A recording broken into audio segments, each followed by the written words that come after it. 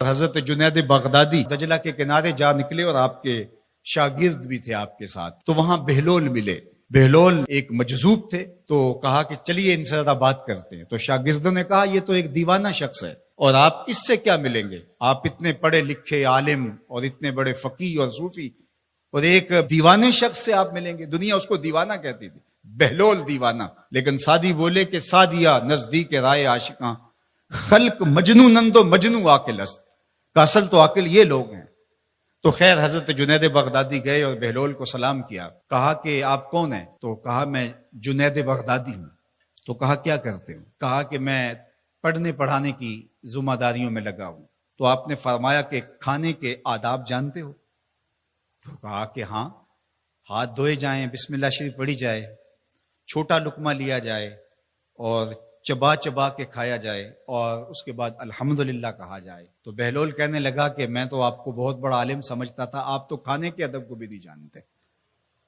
اور اپنا کپڑا اٹھایا، جھاڑا اور ایک جانب چل دیے۔ شاگردوں نے کہا ہم نے آپ کو کہا تھا کہ اس شخص کے پیچھے جانے کا کیا فائدہ، یہ تو دیوانہ شخص ہے۔ تو کہا نہیں میں اس کے پیچھے چلتا ہوں۔ پھر آپ اس کے پیچھے بھاگے۔ تو پھر بہلول نے پلٹ کے دیکھا، کہا کہ کون ہو؟ کہا کہ میں جنید ہوں، آپ کو ملنے آیا ہوں۔ تو آپ نے پھر ایک سوال کیا، گفتگو لمبی ہو جائے۔ تیسری مرتبہ بھی جب وہ اپنا دامن چھاڑ کے گزرے تو پھر آپ آگے بڑھے۔ انہوں نے پوچھا کون ہو؟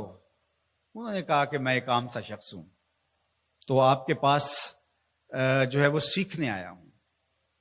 تو کہا کہ میں نے تم سے پوچھا تھا کہ کھانے کے آداب کیا ہیں، تو تم نے یہ بتایا تھا۔ کہا جی میں نے تو یہی پڑھا ہے اور میں نے یہی بتایا ہے۔ تو کہا کھانے کا سب سے پہلا ادب یہ ہے کہ لقمہ حلال کا ہو، باقی لقمے چھوٹے چھوٹے توڑ کے کھائے یا چبا چبا کے کھائے یا جو ہے وہ پانی پہلے پیے یا بعد میں پیے، کہا یہ باتیں بات کی ہے۔ سب سے پہلا ادب کھانے کا یہ ہے کہ لقمہ طیب ہو، لقمہ طاہر ہو، لقمہ پاکیزہ ہو۔ اللہ اکبر۔ تو ہمارے رب نے ہمیں پاکیزہ رزق کھانے کی تلقین فرمائی ہے۔ تو اللہ کے محبوب علیہ السلام نے اس شخص کا ذکر کیا جو لمبا سفر کر کے آیا اور وہ کعبۃ اللہ کے سامنے کھڑا، وہ اللہ تعالیٰ جل شانہ کو پکارتا ہے اور کیا کہتا ہے، یا رب یا رب۔ اشعث اغبر، اس کے بال بکھرے ہوئے ہیں اور اس کا لباس پھٹا ہوا ہے، پتہ گندہ سی حالت ہے، اور اللہ کے گھر کے سامنے کھڑا ہے، لمبے لمبے ہاتھ کر کے دعا مانگ رہا ہے، یا رب اے میرے اللہ، اے میرے اللہ۔ لیکن فرمایا وَمَطْعَمُهُ حَرَامٌ وَمَشْرَبُهُ حَرَامٌ وَمَلْبَسُهُ حَرَامٌ وَغُذِّيَ بِالْحَرَامِ فَأَنَّىٰ يُسْتَجَابُ لِذَٰلِكَ۔ فرمایا کہ اس نے جو کھایا ہے وہ حرام کا ہے، اس نے جو پیا ہے وہ حرام کا ہے، اس نے جو لباس پہنا ہے وہ حرام کا ہے۔ فرمایا اس کو جو غذا دی گئی ہے وہ غذا حرام کے مال سے اسے حاصل ہوئی تھی۔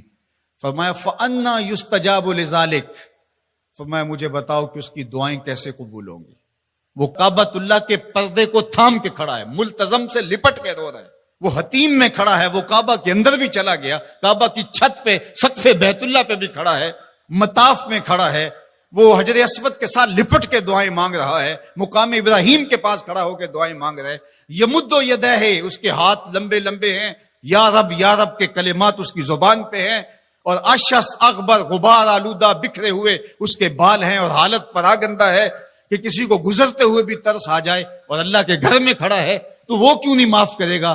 لیکن فرمایا مطعمہ حرام ومشربہ حرام وملبسہ حرام وغذی بالحرام، اس کا کھانا پینا لباس اور غذا حرام کی تھی۔ فأنیٰ یستجاب لذالک، اس کی دعائیں کیسے قبول ہوں گی؟ بلکہ علماء نے لکھا کہ جو شخص حرام کمائی کھاتا ہے اس کی اپنی دعائیں تو قبول نہیں ہوتی، نیک لوگوں کی دعاؤں سے بھی اس کا حصہ نکال دیا جاتا ہے۔ جب اللہ کے بندے اولیاء کاملین دعائیں مانگتے ہیں اور وہ پوری امت کے لیے، پوری قوم کے لیے مانگ رہے ہوتے ہیں، لیکن اس شخص کا حصہ نکال دیا جاتا ہے جس کا رزق پاکیزہ نہیں ہے۔ اس لیے رزق کی پاکیزگی یہ بہت اہم ہے۔ رومی علیہ الرحمہ فرماتے ہیں کہ اگر تمہارا رزق پاک ہوگا، تمہارا رزق ستھرا ہوگا، تمہارے سینے میں معرفت کا نور پیدا ہوگا، اور اگر تمہارے سینے میں غل، غش اور حسد، بغض، کینہ اور نفرتیں پیدا ہو رہی ہیں تو پھر تم غور کرو کہ تمہارے رزق میں کوئی مسئلہ ہے۔ تم کھاتے ہو، اس کے نتیجے کے اندر حسد پیدا ہو رہا ہے، بغض پیدا ہو رہا ہے، نفرت، سستی اور کاہلی اور عبادت سے دوری پیدا ہو رہی ہے۔ جو رزق حلال ہے وہ عبادت کے لیے تقویت پیدا کرتا ہے، وہ تمہیں سچائی کی زندگی گزارنے کی طرف راغب کرتا ہے۔ تو اہم ترین چیز جو ہے وہ رزق کی پاکیزگی ہے،